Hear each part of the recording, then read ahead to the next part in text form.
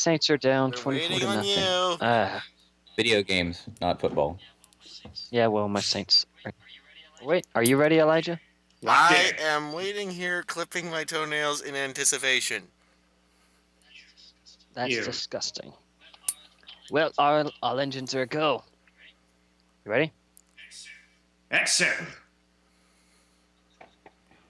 I have pressed F1.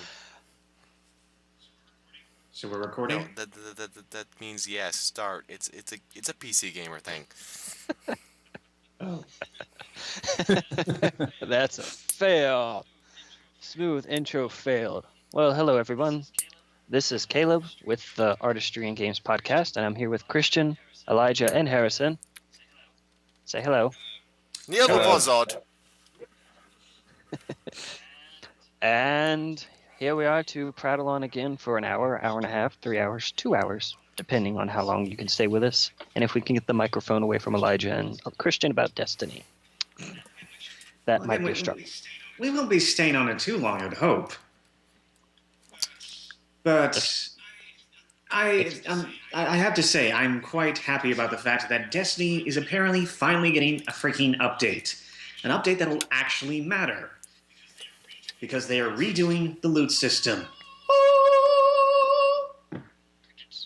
Crickets, crickets, crickets. I'm just still waiting for proximity chat. I mean, it's not that hard to do.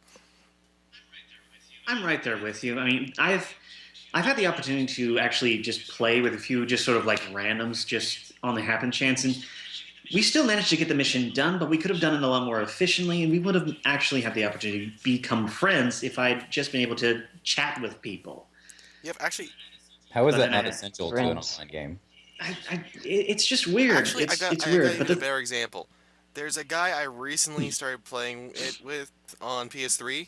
He and I wanted to team up for a raid, but it took so long and dealing with the priority settings for his fire team to actually get underway, and because we couldn't just communicate via voice chat, we had to send messages over PSN. He eventually just ran in.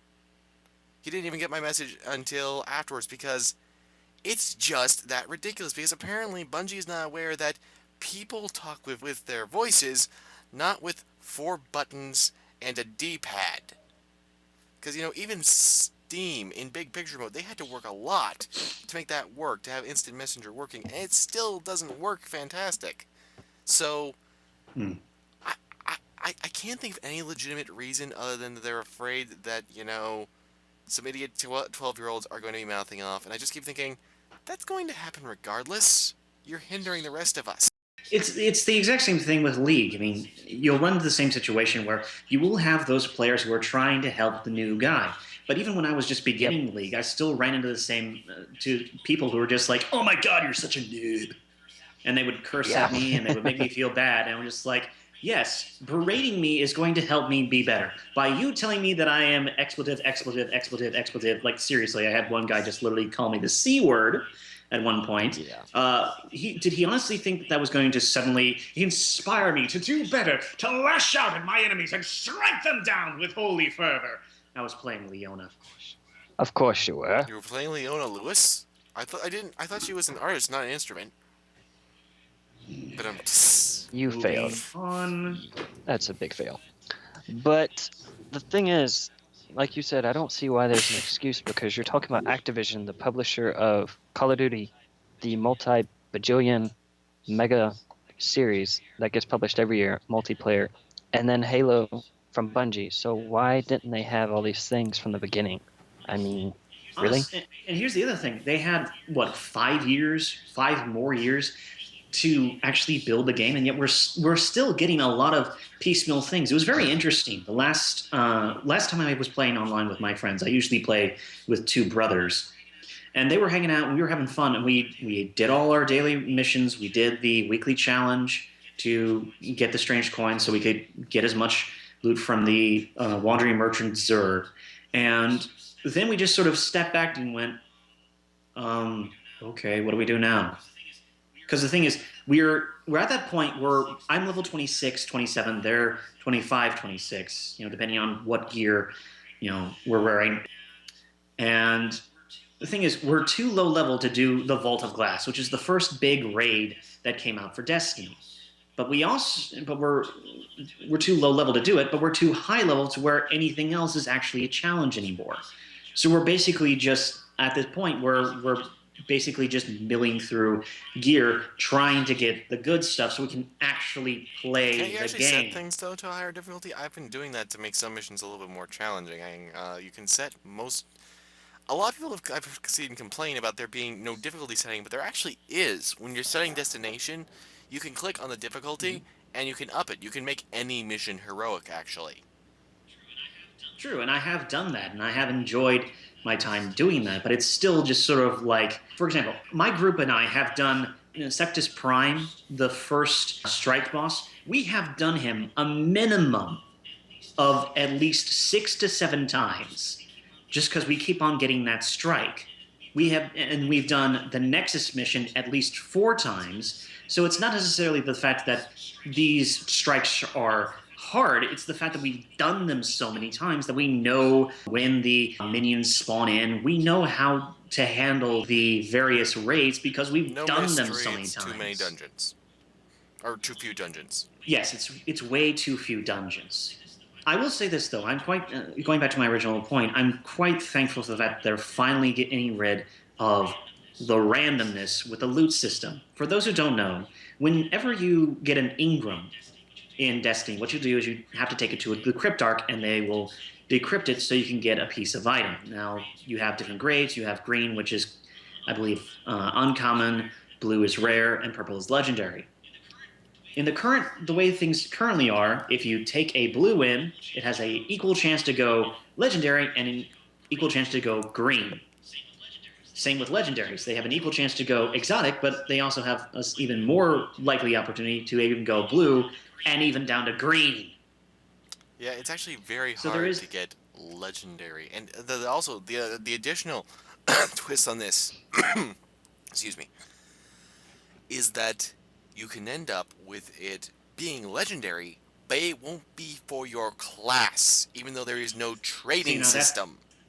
That's another thing. It's just the idea is I've actually had, I've had an exotic Engram and 2 legendary Engrams go to different classes that I now basically have to go and pick up just so I can actually use my loot.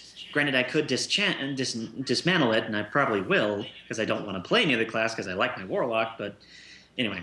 The point of the matter is, my big question with this is that the loot system in Destiny, even just based off the Engrams and even in the Crucible, which is the PvP, is that all the loot, from what I can tell, is based on a random system.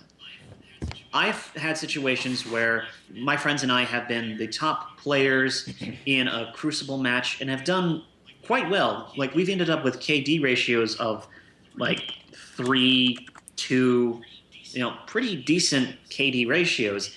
We don't get anything, and yet the person at the bottom manages to miraculously find a legendary. There was one time I performed horribly in a match. That's the one time I can actually think of getting an item. Really.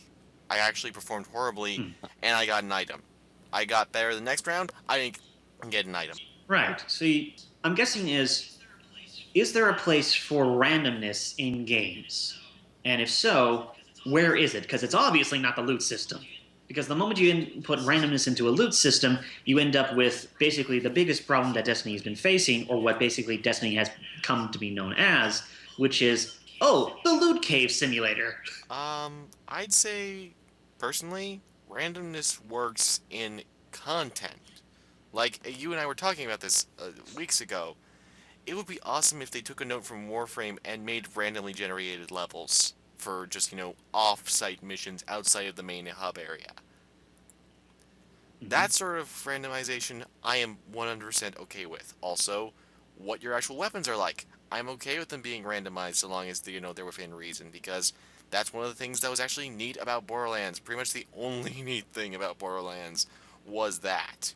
So, that's how I feel on it. Caleb? Harrison? Well, the thing is, when you're playing a game with loot, like Torchlight, good example, action RPG, you don't know what you're getting. So that's what keeps the incentive, because you'll play, and all of a sudden you'll get it, and they have loot that's colorized, so okay, well, this is, rare, uncommon, legendary, mythic rare, whatever.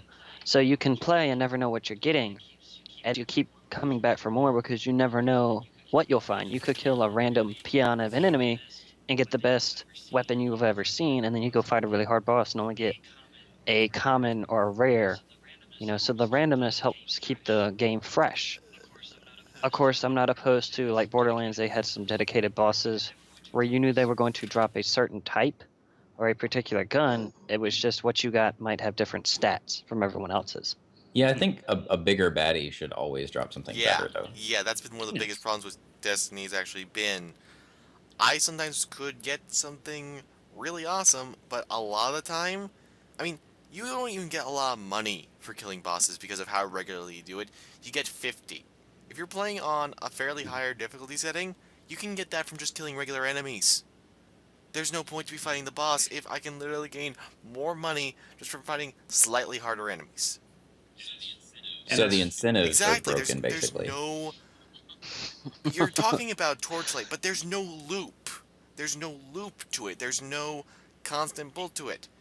The only reason I play Crucible is because I like playing Crucible, not because I know I'm going to progress or unlock new stuff. I don't. In fact, it's even hard to keep track usually of what equipment is going to upgrade. I just kind of, it's like, oh, you've unlocked an upgrade. Okay, sweet. I didn't know that was even going to happen. Or your worse, you run into a situation where it's like, sweet, I have gotten an upgrade. Let's see, what do I need to upgrade it? Okay, 9 Ascendant Shards and 16 Helium Filaments. All right, I'll go and I'll take care of that once I'm done playing the Crucible. 9 hours later, I was supposed to do something, right? So you don't really find out that you could have upgraded your stuff until it upgrades again, notifying you that you've unlocked another upgrade. So I think there's a lot of things that can be said about Destiny. I think it's a great foundational game. I'm looking forward to seeing what else they come out with as part of the expansion packs. And I think this is a great experiment to the overall console-based MMO, basically. But I'm hoping and praying that Bungie is taking notes from this, and when we finally get Destiny 2, we'll get more than just the bone. Let's get some meat on it. And also, a lot of people are watching it now going, oh, everyone hated that, or oh, everyone loved that, and then they can come out with something better. They're just kind of sitting back. Right. This was their first attempt to do something with an actual loot system, at least from my understanding. They may have done something in the past, eons before Halo, that involved loot, and I just didn't, and I just don't know. They've pretty much always done strategy and shooters. Okay, well then this is their first time dealing with a loot system. So at the same time, though, they're a massive company, so saying that this was their first time building a loot system, like, you couldn't hire that out. You couldn't call someone from Gearbox and go, hey, how do you guys handle your gear system? Like, could you come over for a few days and just sort of give us a tutorial on how to build a loot system? And I guarantee you that someone has played Diablo 2 before there that works at Bungie. So they really don't have an excuse. Guys, This is true. we got another follow-up point actually on that. Apparently there's a glitch going on for some people in Destiny where they get locked out of all the missions, but it's revealed that all the DLC content missions are already scripted in and everything, and they're revealing where they are, and it's looking like at most there's one for Mars and a couple other things like that. Like there's a couple raids and stuff like that they're showing, but most of the content is looking like it's gonna be on Earth and for humanity. And there's going to be one raid in the Reef now, apparently, but you have to have the House of Wolf expansion. Wolves. Cool. I have something that's far more interesting. Yes, let's... The Evil Within will require 50 gigs of hard drive space on your PC, Xbox One, and PS4 will need 40 gigs, whereas last-gen systems will only require 7. Oh, also, the mess. Look at the PC specs beyond that. The CPU required... Yes, you need a 64-bit Windows 7 or Windows 8 i7 with 4+ cores, 4 gigabytes of RAM, and the equivalent of a GeForce GTX 760 with 4 gigs of VRAM. And also, that is not correct because I have that same card in here, and this is not a 4 gig. It's only 2 gigs of DDR5 VRAM. So I don't know what they're talking about. I'm betting it was some PR guy thinking it was going to sound all cool and interesting. Allow me to do my best James May impression right now. Wow. It kind of just went right over my head. Let Console me put gamer it here, this way, folks. Christian. You could Big put money, 4 of big my car. PCs end to end, 4 copies of it, and you might have the processing power to maybe handle the game on minimum settings, the way they're making it sound. Okay. This is the PC port, by the way, and the thing is it being I forget, is it being published by Capcom or Sega? Or Bethesda. Yeah, it's out of it's out of Bethesda. Bethesda. That doesn't even that makes even less Tango sense. GameWorks. Why the hell then would it not be properly opted? Because that's what I saw some people saying about it, and I gotta believe it. 20 gigabytes are I bugs. don't think that I'm really questioning whether or not they've actually optimized this at all. Hello, it's coming from Bethesda. There's at least 20 gigabytes worth of bugs in there. I'm not even talking about bugs. And programmers I'm are just lazy. talking about. Exactly. Sorry, go ahead. Crickets. No, it's just a note that programmers are lazy. That's where most of the problems come from. Yeah, but even I'm thinking about it. Things like Dark Souls. That was not a great port, but it ran stably, and it wasn't, the most ridiculous claims. But this. That's obscene, especially coming from as you were probably about to say, is coming from Bethesda. That even with Skyrim, as massive as it is, took up what? It took one of the DLC things took up like what, 4 gigabytes or something like that. About 4 gigabytes, and also Skyrim is one of the few games that you can actually still run on fairly old machines. I know people who they have laptops that they only use for indie games, and they can run Skyrim on it because of just how little the system actually requires, so long as you're not using a ton of mods. Hell, I can probably run Skyrim on my Mac currently. All I have to do is switch over to my PC side, and I can run it just fine. And looking at the screenshots, it doesn't look like next-gen type quality stuff that we're promised with the visuals. So, like you saying, I wonder where all this space is going besides bugs. Audio files, because that was what was the deal with Titanfall, was they didn't compress a damn thing. I'm sorry. Are all of these audio files awesome. in FLAC? Are all these audio files in FLAC format? My goodness. I guess. Who doesn't know what FLAC is? Raise your hand. I know the name. Teacher, what does FLAC mean? Basically, there's types of audio. Harrison could do a better job explaining it to me, I'm sure. Or no? I'm going to let you flounder for a minute. All right, well, basically right now all music is on an MP3 format, and it's very compressed, but it still delivers decent quality as compared to the studio and CD rips. FLAC is supposed to be lossless quality where you get the full audio experience. It's the best quality that you can get next to hearing it like straight from the artists themselves, basically. Yeah, that works. That's a really simplified version. Alright, then. And basically, if you have a album that say takes up 100 megabytes on your computer, and FLAC, it could take up to half a gig or so, because that's how much they compress it. So yeah, big difference in quality. Yep. Anyways, are we done with the D word? Are we done with the D word? Are we done? No, I thought we had moved away from actually, it for I got our next thing. a little while. So, Uh-oh. were any of you fans of Star Fox back in the day? Yes. Unfortunately, never got the chance to play it. Well, you're Blasphemy! gonna get a chance Burn it at again the if stake. you have a Wii U, actually. Apparently, there's a bonus stage in Bayonetta 2. And this is spoilers for you. If you don't want to know about the stage, skip ahead, and we'll have a marker set for where to go next. There's going to be a Star Fox stage. There's a link to it below, and there's a GIF you can watch just in action. Seriously, Bayonetta transforms into a Star Fox R-Wing, and you play it like one of the on-rail sections. And this is in addition to her being able Platinum to dress games. up in cosplay as uniform. as Fox. Dear partner, this is so why what? I love you. I've never actually played a Bayonetta game, so I am just confused as all heck Trust right me, now. even if you'd played it, you can. What exactly is Bayonetta? She's a witch. Is it an action? It's really confusing, and there's a lot of stuff that I've always felt iffy about. All right, are you Well, a what I can fan tell, of yes. spectacle action games like Ninja Yeah. Gaiden, Devil May Cry? Yes, I anything have. like that? I understand that basic concept of what Bayonetta is, but at the same time, at this point, it's from all the stuff that I've been hearing, it just sort of seems like Nintendo has kind of taken a look at Bayonetta and gone, You know what? Let's just slam everything in there. Get in there. Get in Yeah, there. pretty Kirby, you're in much. here. Mario, you're in here. Well, the Starbucks, thing you're is, in here. Platinum Games is the developer, and a lot of people were upset that Bayonetta 2 was being funded and published by Nintendo, and then Nintendo and Platinum both said, well, Sega didn't want to publish it again. Nintendo was interested, so it's coming to the Wii U. And people were complaining that we're getting another Bayonetta, which is really being self-entitled and stupid. So it makes sense to kind of do all these cameos and fan service. And I mean, if it wasn't for Nintendo, we wouldn't be getting this game at all. So I'm all for throwing some stupid fan service in there. I mean, why not? Until we can get another proper Star Fox game. Well, that actually is going to be coming out on the Wii U, though, if they don't cancel it. Eventually, someday, maybe. in the distant future. Not too distant future.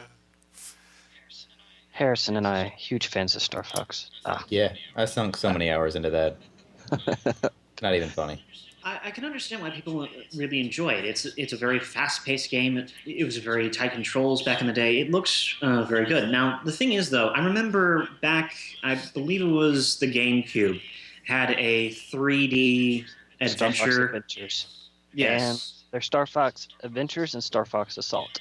Yeah, Well, no, Whereas- it's like you could actually walk around as Yeah, Star that's Fox Adventures. and Police Quest. both of those did that. Huh. But the thing is, Adventures was actually, it was developed by Rare, and it started out as a different title. But Nintendo said, well, look, just make everything have Star Fox characters. And then go It with plays it. a lot like a Zelda Yeah, game. and to it me. was It was does. also supposed to have a female protagonist, actually, something that I remember Sarkeesian actually Yep. complaining about. In one of her And videos. they swapped that around too. And then Star Fox Assault was developed by Namco Bandai. They do the Ace Assault air combat series. And it actually, you could go on foot, you had the tank, the R-Wing, and there were a couple other different modes. It reminded me of Rogue Squadron 3, where you had the different Oh, the kind of Rogue- mission Rogue types. Squadron, getting And it wasn't rebuffed by bad. Star Fox. It wasn't a bad game. It was the best Star Fox game we've had in a long time, which isn't saying much because Adventures wasn't really Star Fox. But it wasn't what people wanted after Star Fox 64. Yeah, because it Star wasn't Fox anything like that. Exactly. But it was Star fun. Fox 64, it was just, and it had really cool multiplayer too. Yeah. But I guess what they tried to do with Assault was just make it more open and let you go places and do things where that was becoming such a big thing at the time. It was They're really like, "Oh, you can impressive run around at the now." time. Like Yeah. at the time, you were right. You could like go in these stages and you could be on foot and then jump in your R-Wing, and it was really kind of cool. Yep. It reminds me how it's something that's when you see No Man's Sky, how they can jump in their spaceship and just go. That's kind of the dream I imagine they had when they were developing Assault. They just kind of had to hamper it just a itty bit because obviously it was on the GameCube. I have to say, I am looking forward to No Man's Sky. I am extremely. Well, given how much all these games are coming out that have all been really hyped up and everything's been disappointing, I'm going to temper my expectations just a little bit. But That's it's actually- so pretty. It Oh, is yeah, pretty. It's very pretty, and I have to say, I definitely like the art scheme. And on that matter of just games being and getting overhyped and being ultimate letdowns, we've had a lot of those really recently. We've had Destiny, we've had Titanfall, Watch Dogs. definitely Watch Dogs. Some people are probably going to be disappointed in Shadow of Mordor. I'm just going to go ahead and say it. Hell, I'll You put felt- money on that. I've got $50 running right now. I'm not saying that it's bad. All the reviews I've read have been pretty solid, but the Destructoid review, Chris Carter really nailed that. He said that the Nemesis system is really cool, but a lot of it gets really repetitive after a while, and after that, that's kind of like the main hook of the game. I mean, obviously you're still in the Tolkien universe, but there's not enough to really differentiate it. Well, actually, at this point, how much are we in the Tolkien universe if we're literally taking Exactly. Are we really in the Tolkien universe, or are we in generic medieval setting just with the skin of Tolkien basically draped over it, like some like some sort of last battle reference? For those who have actually read C.S. Lewis, have we just skinned a donkey with the skin of a lion and just sort of he's totally Aslan, we're totally trying to abate your fears, that sort of thing. Yeah, when I watched a video of it earlier, and a lot of the things you see happen, or the way he attacks things, and the weaponry and stuff just doesn't fit with what we're used to seeing in a Tolkien universe. Like I don't remember there being like these spirity looking sword things, and I don't know, it just looks different. And the main story, from what I understand, it's a revenge tale. And then there's the new character they created, the Wraith guy, who's supposedly somewhat interesting, but like the main story is just revenge. And honestly, if you're not going to do like Old Boy or some of the really great revenge flicks kind of revenge story, you kind of have to go all out or go home. I mean, there's really no point in doing a revenge story. I don't believe. Well, we'll just have to really see what they're going to do. I have to say, if there's one thing that was sort of a red flag for me, is the fact that they decided to include a funny, quirky character. I can't remember the. You basically end up with a little orc companion who's desperate. I'm going to be king someday. I want to be war chief someday. And they had a whole trailer dedicated to him and how you can bring him up from a goblin, I thought from that an was orc. supposed to be a Sniffles and random whines, character. I to a don't war- think that was supposed to actually be a thing. I think that was just them showing off the Nemesis system. Hmm. Well, I don't know either. yeah, it was just sort of weird because it was just this character that they were trying to bring up Shoehorn. as a character who could, who sniffles and whines and has character and is the funny guy. Because there's one line that I really was sort of like, because the Wraith dude turns to this guy and goes, "Just be sure to be there when the war chief is dead." Then the orc kind of goes, "But the war chief's not dead." Wraith dude in an angry spout as he turns away. "It's because I'm going to go kill him." Oh, good plan. But on this topic of disappointing, overhyped games, I've recently just finished The Vanishing of Ethan Carter and Neverending Nightmares, and I was looking forward to them, but they don't have anywhere near these marketing budgets or these huge scales or these publishers publishing them. But at the same time, I was really surprised by how much I enjoyed them, and it's not because that they weren't hyped, but it's because of it's just you have these little games that come out of nowhere, and it's not it's not that they're not hyped, but when you get there, you're just like, this is what makes me want to play games. When you have something that's so unique, it's so different, it's so interesting, and it just fires on all cylinders on its vision. Well, more Vanishing of Ethan Carter than Neverending Nightmares. I also played that. Neverending Nightmares is good, but I had some quibbles with it, whereas Vanishing of Ethan Carter, I've completed it last night, and after I finished, I just stopped and stared at my screen going, oh my goodness. It's kind of like when I finished Transistor, I just stopped and just put my controller down and just looked at the screen. It's like, wow, that was just damn good. And then you And then started I just- texting me saying, "Oh, you should play this game. You should play this game. You should play this game." Oh, good. Yeah, So I'm not the pretty only much. one who gets that kind of thing.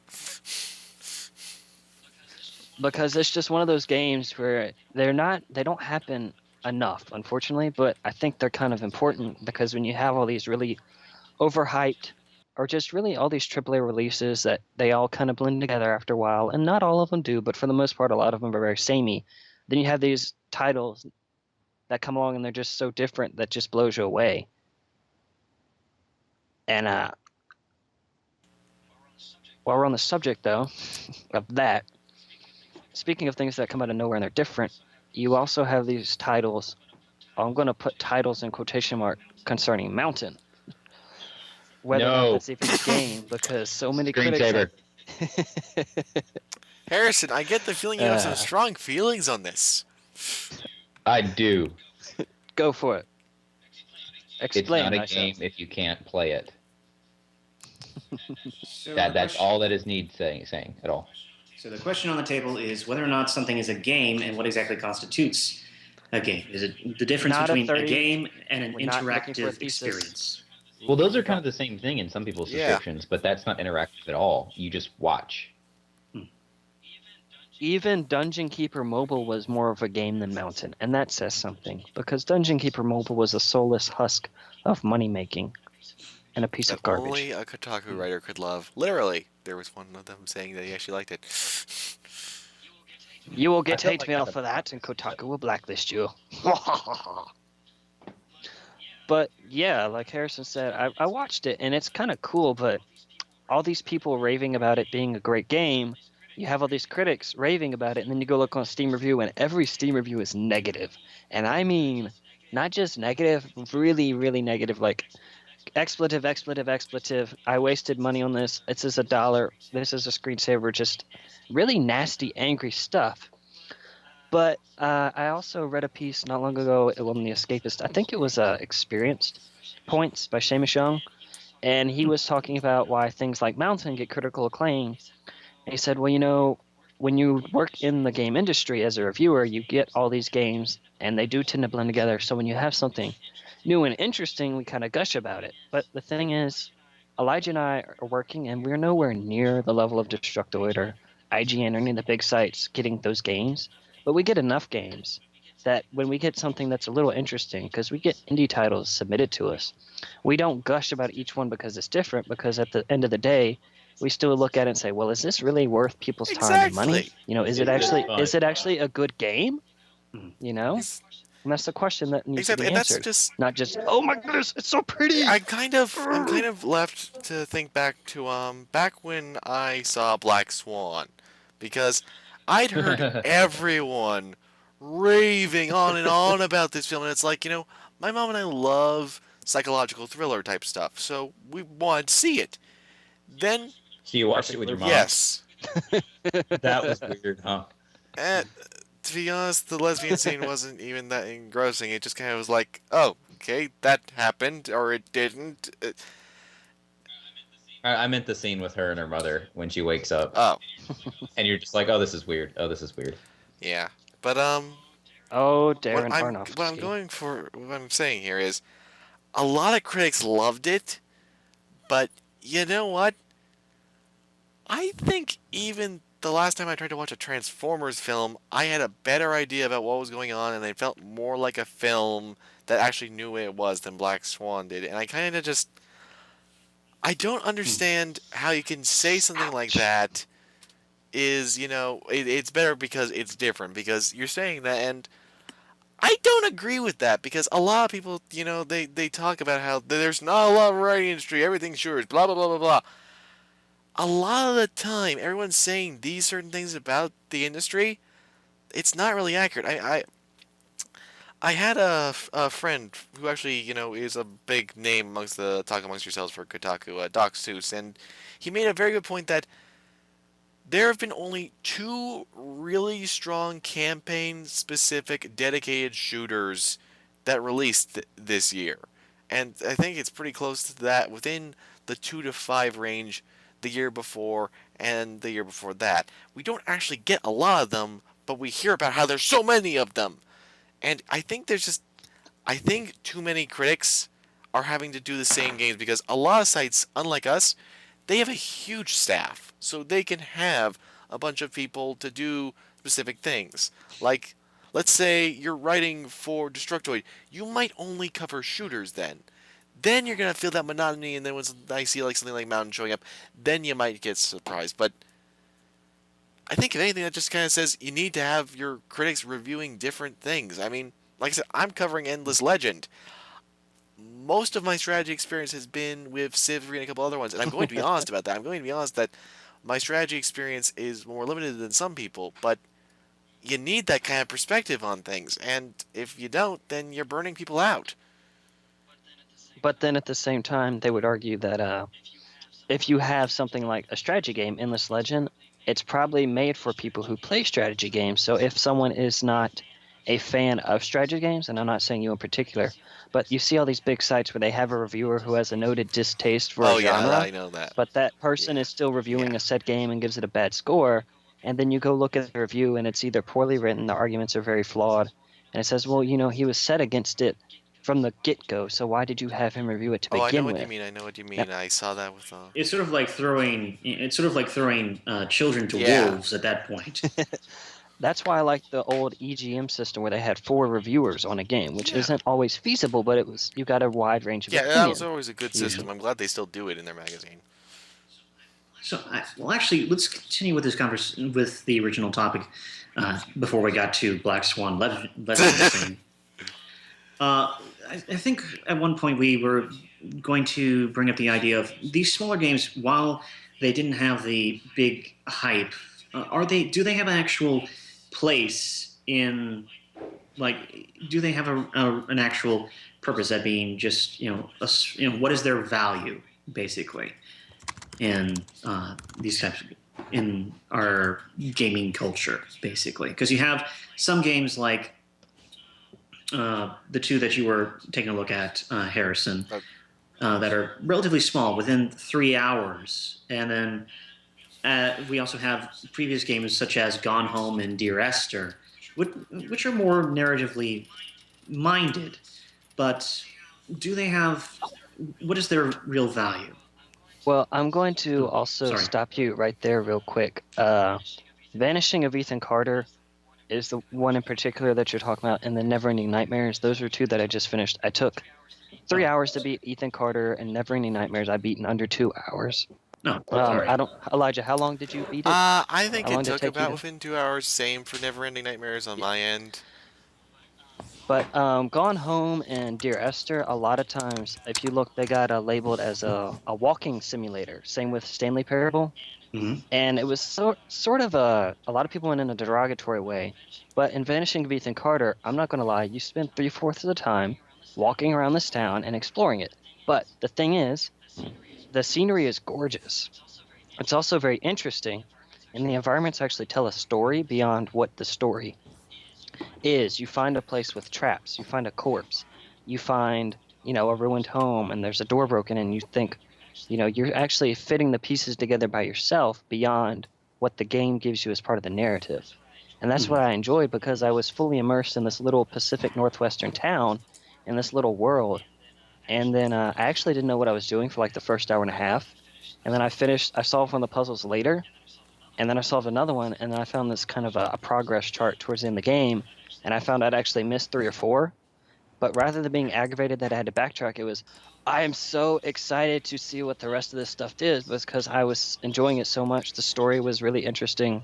And now that I know what was going on, I was more than happy to go and look back at all the stuff I'd seen with fresh eyes. And I found it actually was really enjoyable. But the thing is, it's not like Dear Esther and Gone Home, because you actually do more than walking around and just picking up stuff. There's a bit more gameplay in Vanishing of Ethan Carter. Not much, but there's a bit more here than what is in those other games that are walking simulators, quote unquote. I actually played Dear Esther, the original one, the mod. I kind of don't think it could have told the story the way it was told in the game. And I think that's a point a lot of people don't even really consider with this. It's like, no, this isn't a game because I can't do anything gameplay-wise. But if Dear Esther had been a film, I don't think its attention would have held me nearly as well as if it was actually me walking, because there's still that little bit of agency of I get to actually control where the story's going, and you actually could go to a few different places, and there'd be sort of like, okay, well, here's this little extra bit of story here and there. At least that's what I remember in the mod. I could be wrong, and my memory fails me, then please feel free to tell me on Twitter. No, not really. But it's interactive. Yeah, there's that an was the key interaction. It's a basic interaction. I'm not going to pretend and say that it is the greatest game of the year. It's not. But it was enriching. Games like that are for a certain crowd. They're not for everybody to be. They're not for mass. They're kind of like art house films. Movies like Drive. Not everyone is going to enjoy Drive. I happen to like it. Harrison liked it. But if I showed it to my other friends, I know they would say, this is boring and this is stupid. Whereas they would think that Transformers is the best movie ever. So there's an And I'm audience. so sorry that you have Exactly. friends that do. Everybody does. But the thing is, there's those games that are meant for a certain audience, and for that certain audience, they'll love it. And as long as somebody somewhere gets what they're going for, the developers, and understands it and just enjoys it, then I would say that they've done their job, because not all games are meant for everybody. Of course, then there's also some things like Mountain, which aren't really meant for anybody. Yeah, you're not even doing anything there.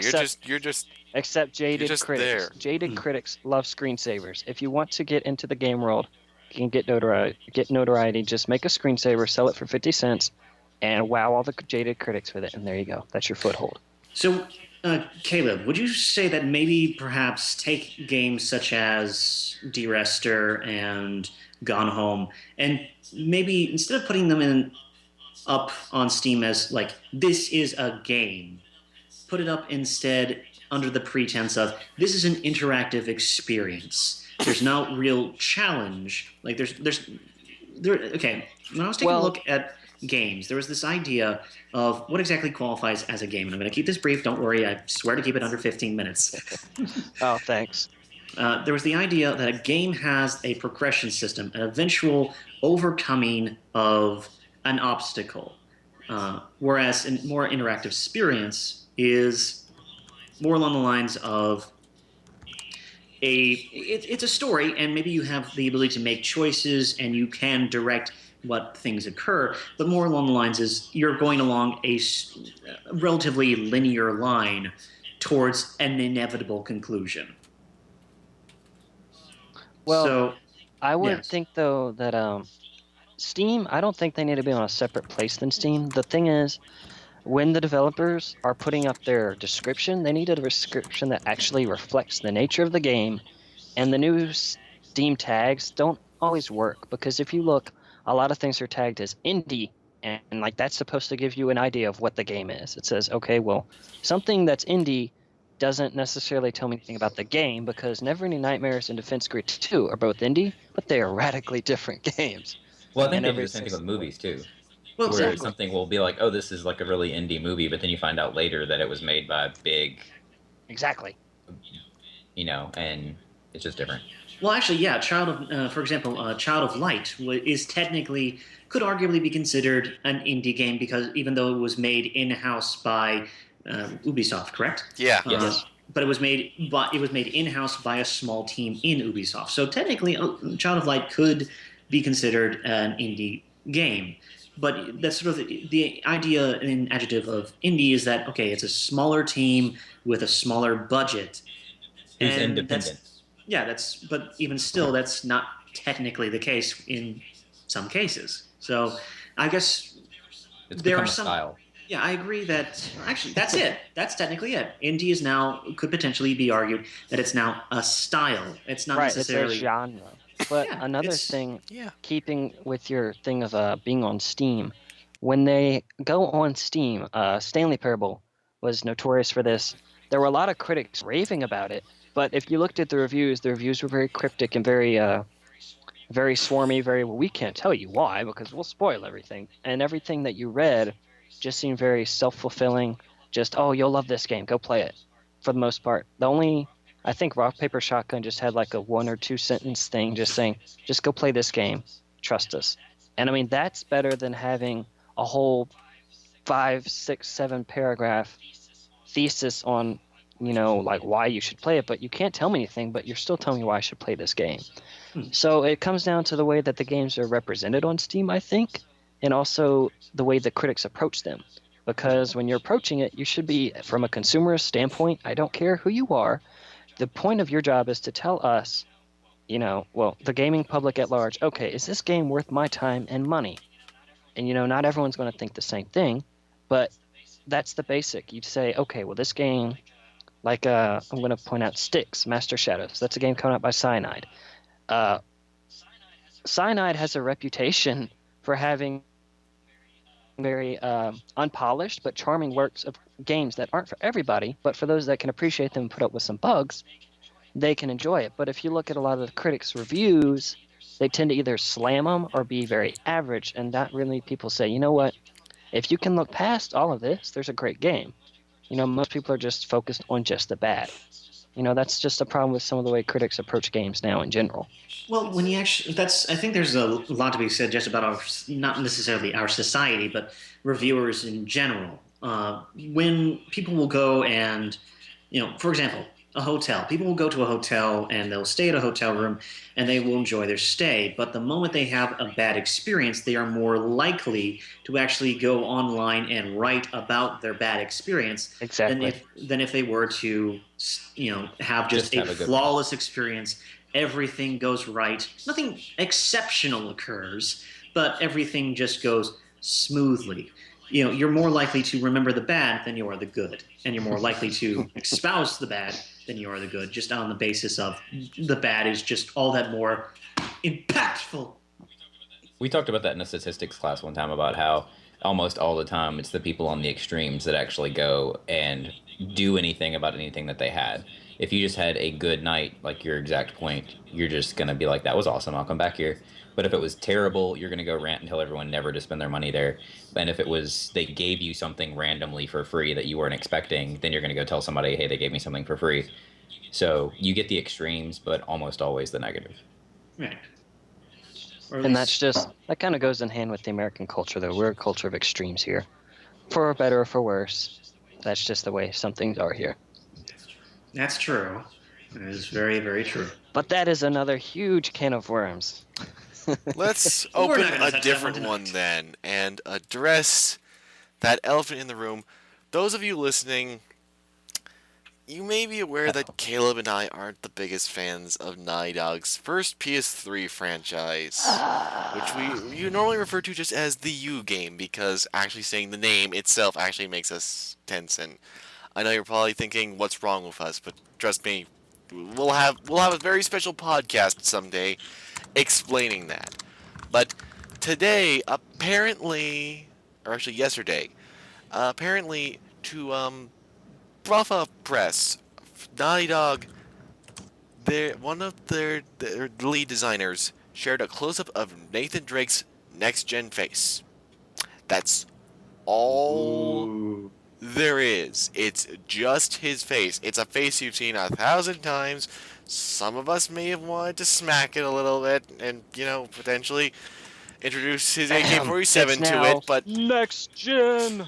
So But now therefore it's your pretty. point yeah, is it's valid. pretty. It is now in It's next pretty, gen in and all of its glorious. it's rich- gotten more views, I think, in over the course of existing for less than a day online than I can think of so many different features and things like that that have gone up on pretty much everything else Polygon. on Everywhere. every That's website. it. This has gotten a ton of coverage. It's a single image that I'm not even sure if it's a render or not. It looks kind of like concept art. It also kind of looks like it was concept taken art with that a. they s- It looks like it was kind of taken with an iPhone. Just And they just superimposed it on their actual office background. Like it looks like no effort at all was put into this, which obviously it wasn't. It was just tease publicity. And just, it really bugs me that we've gotten to this point where, yep, people just, they know we're Naughty Dog, so it doesn't matter what the hell we do. We could have Nathan Drake shake hands with Satan and everybody would still be, up and pre-ordering it. Sad, sad, sad, sad, sad. well, actually, here's a question. In the having generated hype for certain games, have we come to a sort of situation where we like being in hype mode, where we like being I'm stoked starting to think some people about are, a yeah. particular game? Like, Yeah. Could there potentially be people out there who actually enjoy just being Yeah. more Yeah, stoked? I've met them. Who I've actually known prefer them. just being stoked about the game than actually playing the game? Yes. In fact, there's one guy on Game Informer, Warrior. The dude just pretty much anytime he comments on something, he's positive. I think I on record saw him make 3 negative comments the entire time I was there, amongst the community there. But that's just with everything. They're just people that just really get into the hype for stuff.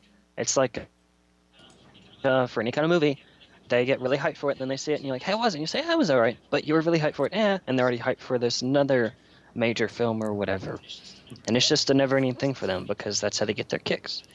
But hey, if that's how you get your kicks, then fine, but don't overhype games that are POS or just bland or just not worth the hype. I'm sorry. Right, because at that No, point I'm not you're sorry. Uncharted is just. because at that point what you're basically doing is you're helping to misinform other consumers Exactly. And while some would argue differently, a educated consumer is a better consumer. Unless you're Activision, but Activision just says, gives us your money. Bobby Yeah. Kotick is not the devil, but still gives us your money. But alright, The moving... problem is with the hype train, it's just a self-fulfilling prophecy, Yeah. as always. Somewhat. It is. Alright. Next up, let's talk a little bit about Metal Gear Solid 5, because they just released the 2 TGS videos on their way, and yes, there's Quiet once again, just wearing bits of rubber and some fishnets, and also DD, also known as Diamond Dog, also known as Snake Dog. Not that. Not. I just. That fell. It died. But still, the dog even wears an eye patch. Seriously, on the same eye. Kojima. Now imagine that, like Shyamalan's "What a Twist," and there you go. That explains everything. Yeah, that's pretty much it. The thing I sort of my mind immediately flashed to was there was a Critical Miss comic where there was just sort of talking about the actual these NPCs that you can take with you on these missions, and it was just sort of like she may have a very interesting backstory. She may have the best personality. She may be the best written female character of all time, but I won't figure that out because I'm gonna enjoy taking the dog more. Just the fact that it's a cute. That was her. The writers there were just like, we're more interested in taking the adorable dog. So Call of Duty Ghost. Oh look, Call of Duty. Boring, boring, boring. Oh, there's dogs in it. OMG, take my money. Now we have Wolf DLC. Take my money again. More. Yeah, that's about what that is. Please tell me that they're charging the game. Please tell me they're charging towards GameStop with that exact voice. They probably were. It's just a mass of people. Take my money. I mean, my daughter, 10 months old, speaks more intelligible than those people. Oh. So, ha. Yeah. Anyways, no dogs. Dogs. You're just. But there's one it's more just like when thing you you see a need to know picture of a about this. cat. Because you remember, with No. the Call of Duty dog, the thing everybody kept saying was, oh, you know he's gonna die. Oh, you know they're gonna kill him off somehow. Apparently, moment. DD actually can, as can Ghost, and or anyone else who is a, well, yeah, just someone you can bring along on the mission. Apparently, they're going a little XCOM-ish this time, and they can die in the field if you're not careful. And I like that idea. I'm So I could. I will name my dog Elijah and send him forth into battle unprepared, and then watch and act like Burns. So here's a better question. Let's say that you decide to actually start. Let's say that they put in some way that you can actually converse with these NPCs, and let's say that you get to know them. Why would I ever bring them into the field if there's a chance for them to die? I'm a perfectly competent player, and I know how to basically play a Metal Gear Solid game. Why wouldn't I just go into the field by myself, not risk my NPC companions? Because they can do actually a lot of cool stuff with it. It's like having a cooperative partner without, having to worry about. Let me put it this way: did you ever play Ghost Recon Future Soldier, or see it in action It's at more all? like Fire Emblem. Fire Emblem. All the people have their own No. fleshed out Wait a second, personality. Caleb. Wait a second, Caleb. I mean, has anyone here no. played that besides me? I played Ghost Recon for like 5 seconds before I threw it out. Okay, well, the thing is, with Future Soldier, it was a lot more like a Splinter Cell game, as confusing as it was, because you pretty much just had to mark enemies and have your allies take them out. And they were fairly competent on their own. It's sounding a lot like that. Like, they're describing, say you need to take out a helicopter, but you don't have any convenient explosives right away, except for, like, a hand grenade. You throw that grenade up there, Quiet will shoot it right as it enters the helicopter and blow it up. Or say you have 2 targets you That need to sounds take out. awesome. Yeah, exactly. They're making. It sounds awesome. I wonder if they'll actually be able to pull it off, because we've heard a lot of different things about over the years with several games saying, "Oh, we have the best cooperative AI ever made ever," and then they actually get into the game, and you run into the situation where it's like, "Okay, I need to good, move! I need to get through the door. Move! Come on!" Like Army of 2. Do this! I'm gonna run the opposite direction, wasting all my ammo! Heal me! Shiva! Heal me! To fire! Stop! Stop this crazy Hey, I need to be thing! revived.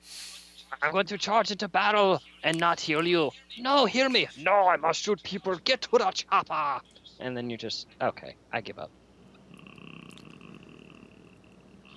Get to the chopper. I'm really hoping they actually do I will pay it be- off with Metal Gear I'll be Solid, though, hopeful to because see something good come from this, but I'm not going to. I'm going to wait to see the flag fly. Whatever. all right. One more thing though about it, something I'm not sure if you gents heard. while there is going to be a full Metal Gear Solid Online being brought to the new generation, and I think this is the first time I've actually heard of a AAA game where people were excited when the multiplayer was being announced for it. But in addition to that, there's going to be a base invasion mode. So in most Metal Gear Solid, you're always the guy getting inside and trying to sneak through. That's no longer going to be the case. You can actually be No, you are. yeah, you are Big Boss. So the other player can actually you are the invade box. your Be the base. box. And depending upon the mission type, you might need to not get caught by him at all. You might need to assassinate him potentially. They're not telling a lot of information, but you can literally assault their base, and you can even steal their stuff.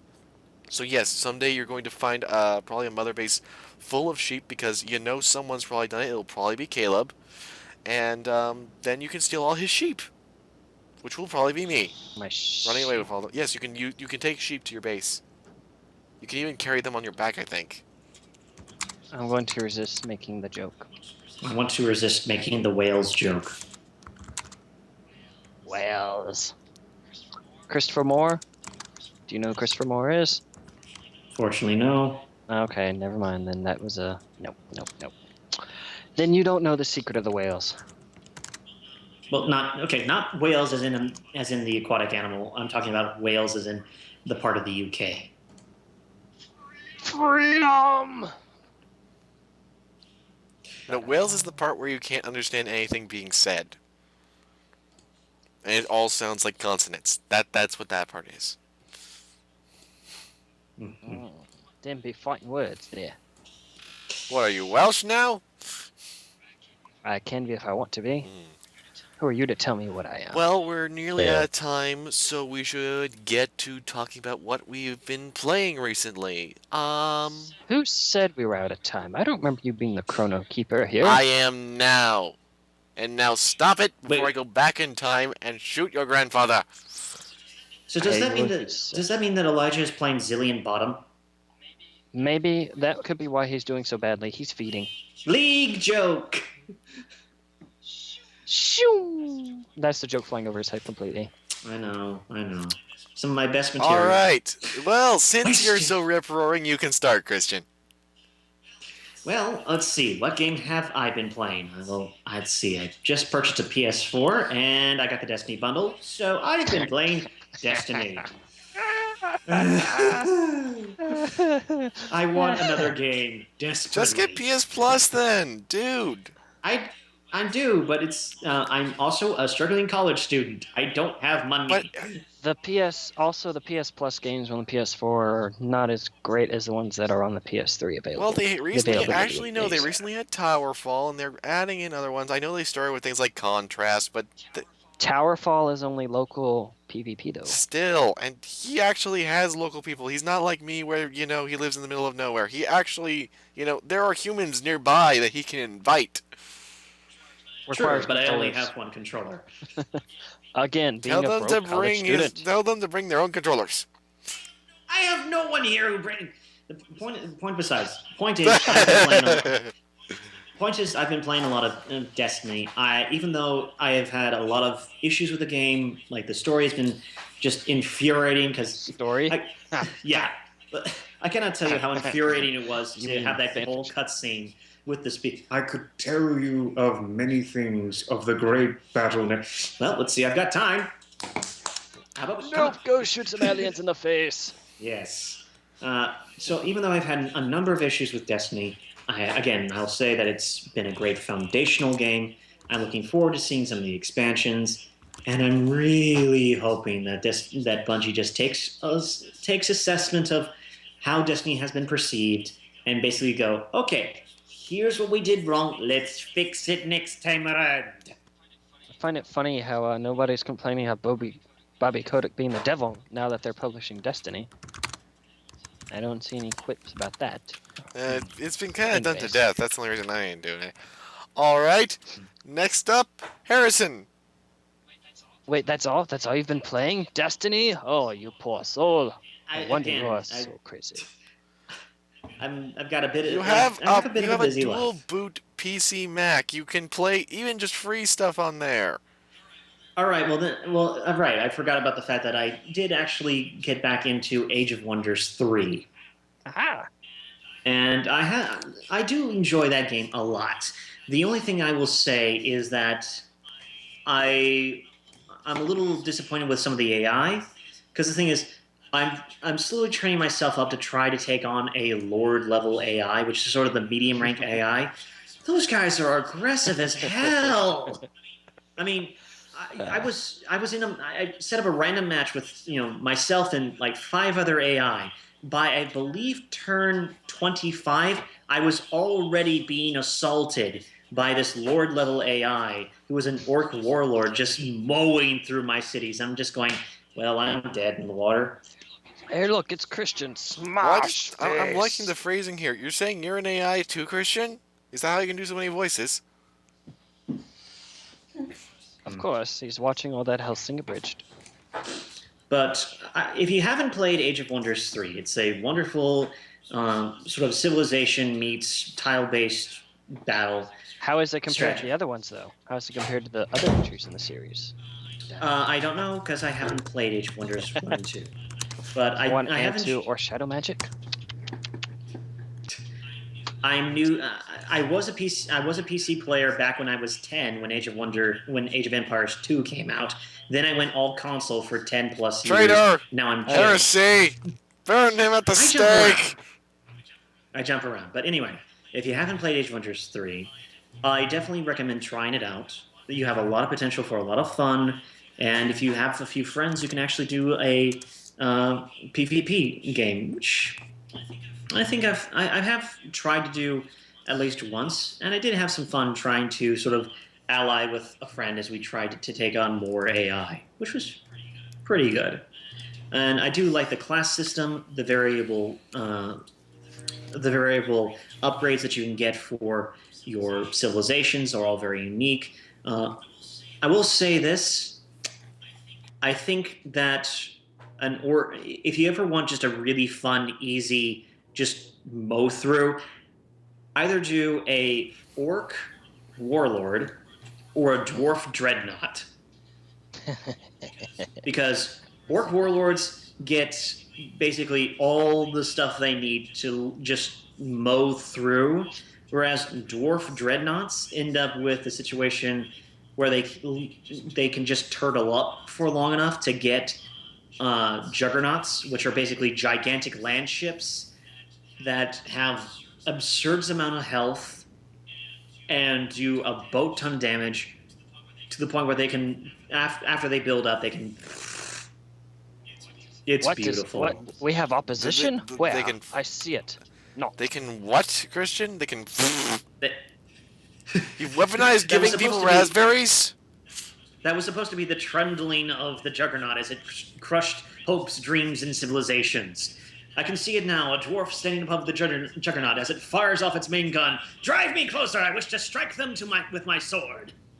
I will crush you, puny humans. And then fire all the missiles. I will say one other real quick thing. Another reason why the Dreadnought is actually really, really fun to play. One of the last upgrades you get is a destabilized mana core bomb, which is something that deals 60 damage to everything on the battlefield. Now keep in mind the lowest ranking infantry start off with 32 HP. So basically everything dies when you pull this thing off. So what I do is I summon a scout, which is basically a little tiny 1-unit minion. I don't care about it. Send it into battle. Then I cast destabilized mana core. All I have to do is basically avoid combat for 2 turns, which is incredibly easy, and then watch as everything burns. You are a bastard, and I like it. And I am never joining your army. I took out one of my enemies' capital cities doing that, and then I just sort of walked and claimed their city. It's like, I'm just going to step here now. Da-da-da-dum. Victory is mine! It was amazing. So you just walked into Mordor. Like, what's up, Sauron? I'm just here to take all your stuff. Okay, thanks, bye. Oh, by the way, atom bomb. You have a ring? Cool, I have nuclear power. Biatch. Say my name. Say my name. I have an army. I have a bomb. Anyways, enough prattle from you all foolish. Yes. Next person, Caleb or Harrison. One of you must answer. I elect Harrison. Thanks. I finished my second playthrough of Transistor and started a third one immediately because it's fantastic. I need to play that. And I'm still really enjoying all the ways you can piece together the different functions. And I was bragging to Caleb on my second playthrough. I was able to beat the end without losing a single function, and that was pretty fun. And then I had, what was it? I had a game suggested to me by someone. Oh crap! I just opened Steam Big Picture Mode. Fun. Yeah. Fail. Fun times. Fail, sir. Fail. But it was come on. Yeah, now my Steam's gonna lock up. It's free this weekend. What is it? It's Oh, Total War? Total War. Yeah. And a guy last night was like, "You should play this if you like Civ." So I opened it up and started playing it, and I think maybe one day I will buy that because that was fun. You should buy the first Total War, Rome Total War. It's only $3 for the whole thing. That's way better than Total Yeah, War. I've heard a Rome 2. lot of worrisome things about Rome 2. Well, I'll do that then. If you That's watch, with it. if you watch the I will Angry, make you if you right now. if you watch Angry Joe's review of Rome Total War 2, Why would you? well, here's the thing. I watch it mainly because of the fact that he sometimes manages to get the funniest clips in the world. Like there are several clips of just ships riding, just going straight through the land onto the land and just like through mountains and up hills in Rome Total War 2, and it's just sort of like, how did you do this so wrong? But then, I further, am behind the idea of just getting Rome Total War because I enjoyed the crap out of that game when I was young, and had so much fun with it. Pretty much any Total War before Rome 2 is the better one, I think. Yeah, a lot of people loved Shogun. A lot of people. Yeah, actually, Yeah, Shogun 2. Shogun 2. Shogun 2 I is actually really good. I actually have the first Shogun sitting on my desk over here on CD-ROM. Talk about old. Hmm. And Empire Total War was another solid one. And then, of course, Medieval, which has Star Wars mods. Yes. And there's actually a mod for it where you can play in the Zelda universe. Yeah, mods make everything better. Now that actually sounds really interesting. It's really flipping fantastic, and just the sheer novelty value. It was Hyrule Warriors before Hyrule Warriors, Actually, kind of. I guess I'll open up with that. That's the thing most recently that I played that was new. Right after the Comic-Con convention, my mom and I stopped by a Target, and, they always have the Wii U demo kiosk up and running, and I loaded up Hyrule Warriors, and I am usually very hard to please with Nintendo games. The only Mario one I've liked was Sunshine. Blasphemy. But, yeah, you can go blasphemy all you want. A witch! A witch! We must burn it! But, I loved playing Hyrule Warriors, oh my goodness, because I haven't gotten to play a Tecmo Koei, Dynasty Warriors style game since, I don't think since they had one of their Gundam ones available as a demo on a PS3 before I even had a PS3. And I know that it's a grindy mess. I know that most of the enemies aren't even presenting a threat. I don't care. It was fun. Oh my gosh, it felt awesome. And the boss fight in the demo, they actually reward you being smart about it. Because, this dragon would try to suck me in with his jaws, but if I threw the bombs in, it would cripple him and then he would be in a weakened state. I could tear apart his health really fast. That sounds like they stole that from Star Fox. Yeah, probably. But it just... The fan service. The fan service is strong Also, with this one. this is Yeah. going to sound surprising, but I started trying because you could do Midna, Link, and Zelda, and Midna looked like the most interesting character to me. I've always wanted to try Twilight Princess, and It was good. yeah, I have one friend who keeps insisting to me that's the worst one ever, but No. yeah, He's no, stupid. actually, it encouraged me more because every time he tells me a game is bad, I usually end up enjoying it. Wind Waker is still the best, in my opinion. Very close to Link to the Past, but still. But Twilight Princess is great. I tried her and it was alright, but then I tried Link, that seemed better, but I finally was like, okay, let's try Zelda, and Oh my gosh! Zelda may be the most OP character I've ever played in a game, and it was so satisfying because all of her special moves, you have to charge up her sword. She gets to have 3 special moves per charge. She can summon a triangular Triforce field around her. It kills everything instantly. A triangular Triforce, redundant much?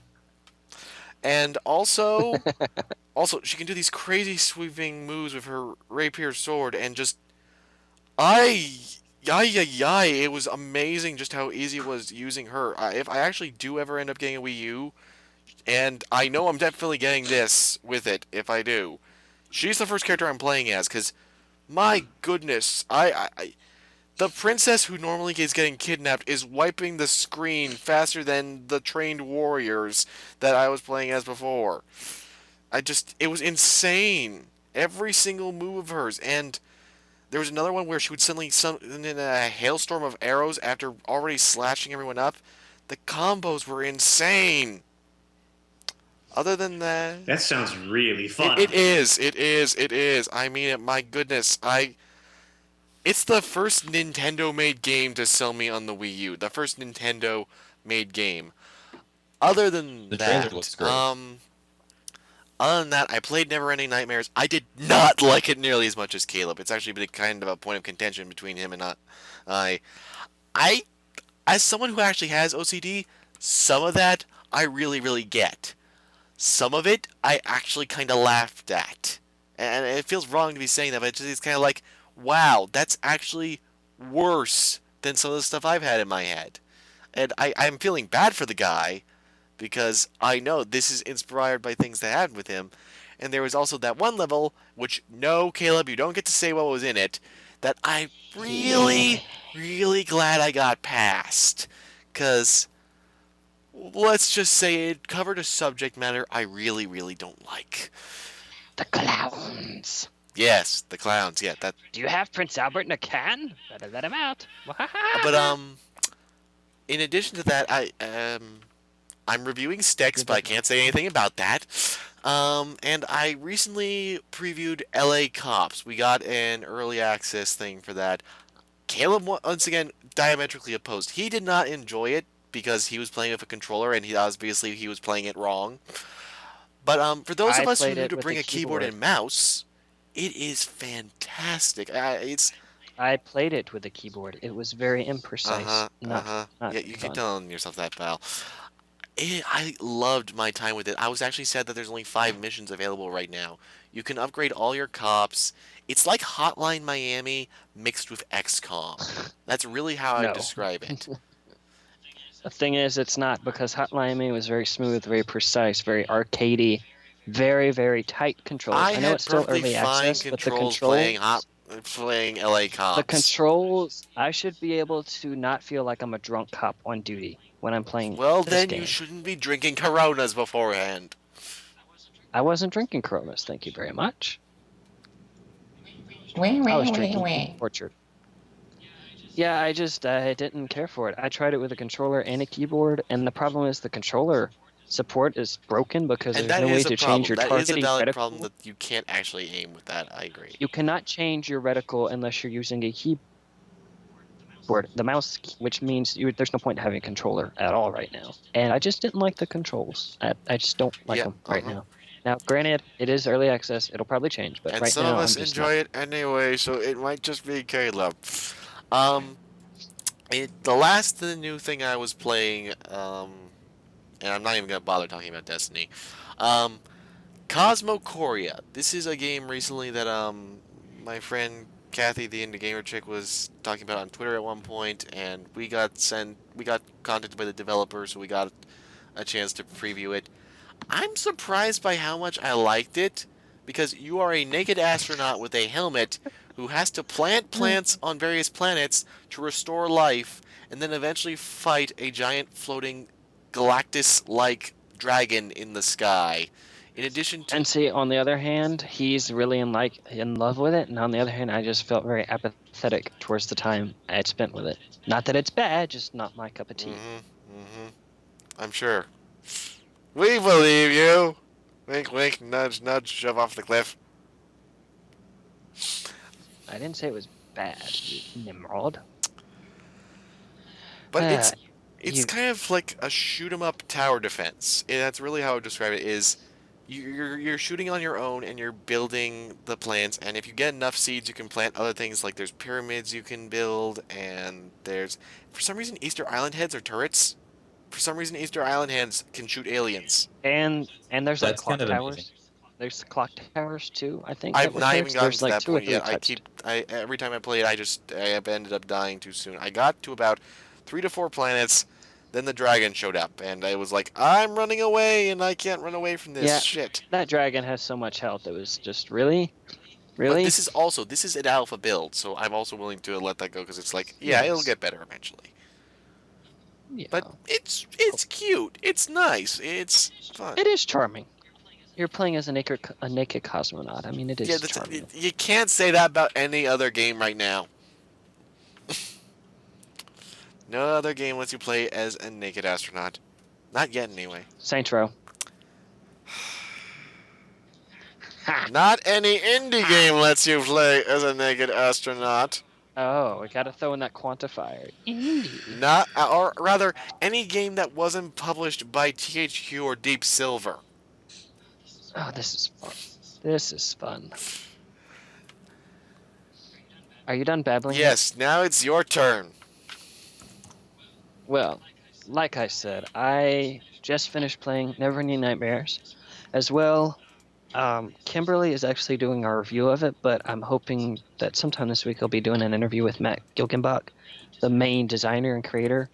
And I'm interested because I enjoyed some of the game. I do think that it had some issues, but I really liked the art style. The score was terrific. And there were some things about it that I was really interested because it's so different and so personal from any other game that's really kind of out right now that I really want to talk to this guy and just kind of figure out, how did this come to be? Just get some info about the game. I'm really looking forward to that. Hopefully that'll happen soon. And also, Vanishing of Ethan Carter. I freaking loved that game. I still need to type my review. Hopefully I'll get it done tonight. Hopefully then you can get I to beat your it review in of about- just 2. Hopefully. But anyways, it took me about 3 hours to complete. But I was just really interested because it sets this great tone. It has a great atmosphere, great score, the gorgeous, gorgeous visuals and soundtrack. And it has this really eerie sense of place, and it has this really awesome sense of dread and malevolence and just something's wrong. But the thing is, it's pure daylight. So it did what Alan Wake did to the Pacific Northwest, except it's now daylight, not darkness, which was really an accomplishment. I will say, though, the story...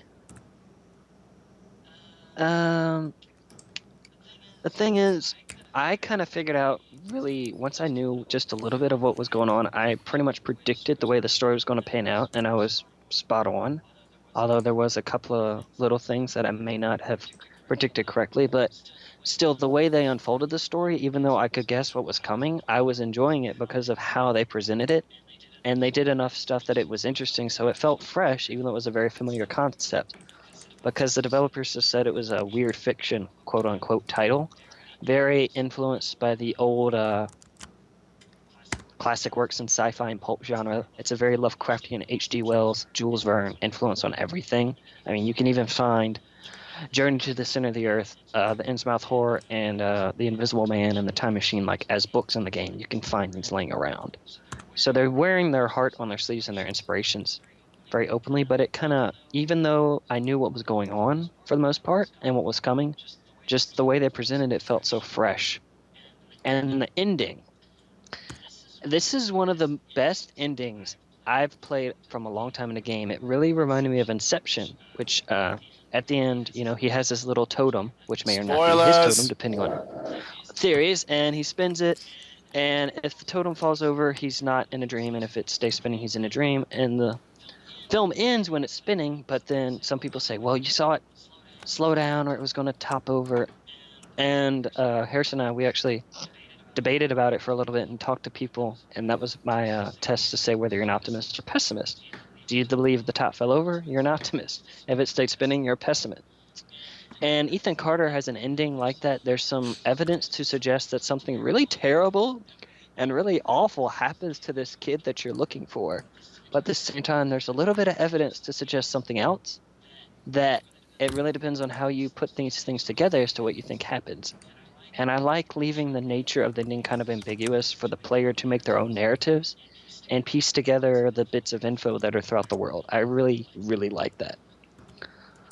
And yeah, I really like that game. It's definitely not for everybody. The gameplay is much more limited than most people like. It's kind of like playing Myst with traditional controls where you can freely look around and there's some puzzles. That's basically the gist of it, but it's really, really fantastic. I'm really looking forward to their next game, because this is from some of the people that did People Can't Fly, who did Bulletstorm, Shadow Warrior, and some other really cool stuff. So yeah, I really, really, really, really enjoyed it. Yeah, I think he enjoyed it, guys. Do you think he enjoyed it? I think so. Not sure. Not sure. Yeah. Maybe I need to convince him some more. We need to conduct more tests. Test away. I'll get the pliers. I'll get the machine gun. And now I'm having flashbacks to guys we'll be watching, and now I want to bash my head into the desk. Did you ever actually write a review for that? No, I can't beat the damn game because the second mission is so infuriating that I just gave up. I said, Well, you can F still this. write about it. Just, be honest. Say, I didn't finish it, and here is why. Because I'm saying this I'm terrible at games. as a consumer. really I would just rather don't know want- why you didn't finish it than never hear your opinion. I did that actually with a game a long time ago when I was writing at Game Skinny. I need to. I just have been doing other stuff. So many stuff. And the thing is, though, if you go look on Steam, pretty much all the reviews are pretty negative. At least the user reviews. Of course, some critics were gushing and raving about it, but most of the user reviews are, oh my goodness, and they have the exact problems I have. Which it's pretty bad if everyone has the same problems. That shows there's something wrong. Oh wow, they've actually changed. There's a couple of really positive ones now, but and then the rest of them are negative. Yeah, that game was very frustrating, and not in a nice way. What do you want to bet that some of those positive reviews are from the developer's mom? Oh, it's conspiracy! And then everyone Let me get my- sends us hate mail to give to Christian. I will deliver the hate mail personally with my fist. Well, no, it'd just be kind of funny. I think just sort of it becomes like very blatant. My son's game is the best game ever. Have you heard? I think that was Wait, do I get paid for that was this? probably the review for Earth 2066. Yeah. You want to talk about utter shite. That is shite that got shite out by a shite on a pile of shite. Boy, Holy shite. in the middle of a cow field. I think you just burnt out our swear budget in one sentence. I salute you. Not really. I didn't use some of the other words. Not yet. Well, before Let he me- does, Let me drop some more money in the box. Swears. I'm still gonna try to make that a meme. you're not going. I to. am. I am going to do it just because it bugs you now. Not even because I think it is a fantastic, cute, dirty word. Swear. Swears. It can be both, I swears! It wasn't me! It can also be, that's so swears. Christian, I believe that you need to get the scythe. We need to exercise Elijah. No, the pliers will do for this one too. I don't know. Tsubaki might be able to help. Enchanted sword mode. Well, why don't we go ahead and move past this? Well, there's nothing to move past. This is the end. Except we have Until no we James can get Black Franco. Star. Hmm. Black Star Soul Resonance Attack. Yeah, that's pretty obvious now that I'm saying that. That's not fun anymore. I'm being too obvious. I'm not even sure what you're saying, so maybe not. Hmm. Thank you all for listening. If you have bared with us this long, you deserve a cookie. unfortunately, we don't have any to give you. My sister can bake cookies, so I'll give you 5. All right, do that then. Get cookies. 5 cookies. 5 cookies, people. And a milkshake. Very nice. And Elijah's pinky toes, because I'm going to be cutting them off. No, later. you aren't, because they're double jointed and they're gonna cut you, pal. That's what you say. Seriously, they are. I can actually make them go both directions. I'm going to do a When They Cry Higurashi and just remove the nails. It's at this point I become very much aware of exactly how small and tiny my overall friend base is and how desperate I am to expand it. Is this a good or a bad thing that you are now discovering? And what does it say that Harrison and I have known each other for long? Very long times. And Only yet, only we are still times alive. you've both known each other for specific spans of time? Yes, that's how it works. Interesting. That's how things work in the South around here, I've y'all. only known Christian for one span Don't of do time that to so us, far. Well, you live in Oregon now, so now you have to talk like, I don't know, ducks. Coraline? You just have to She quack. went to Just quack. Oregon in the movie. Oregon ducks. So just quack a lot. Good night. And- Have we actually done our sign off yet? Yeah, that was our sign No. off. That was a That was minute our ago. sign-off. Now we're just Thank you, ladies and gentlemen. Thank you, ladies and gentlemen, for joining us. Okay. Good night. good The night. sign off. Sleep The sign tight. off would be quacking to DuckTales.